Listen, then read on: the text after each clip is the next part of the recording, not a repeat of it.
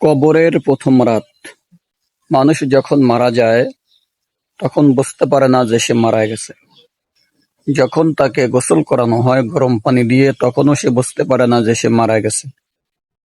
যখন তাকে জানাজা পড়ানো হয় তখনও সে বুঝতে পারে না যে সে মারা গেছে। জানাজার পরে যখন তাকে নিয়ে কবরস্থানে নিয়ে যাওয়া হয় এবং কবরে রাখা হয় তখনও সে বুঝতে পারে না যে সে মারা গেছে। কবরের মধ্যে রাখার পরে যখন মাটি দেওয়া শেষ হয়ে যায়, সকলে যখন চলে যায় তখনও সে বুঝতে পারে না যে সে মারা গেছে।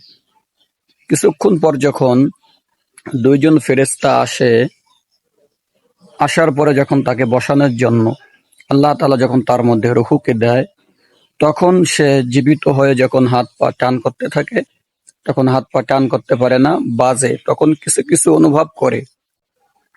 এরপরে যখন তাকে সওয়াল জবাব করানো হয়, ফেরেশতারা সওয়াল জবাব করার পর তখন সে বুঝতে পারে যে আমি মারা গেছি। এটাই হলো কবরের প্রথম রাত।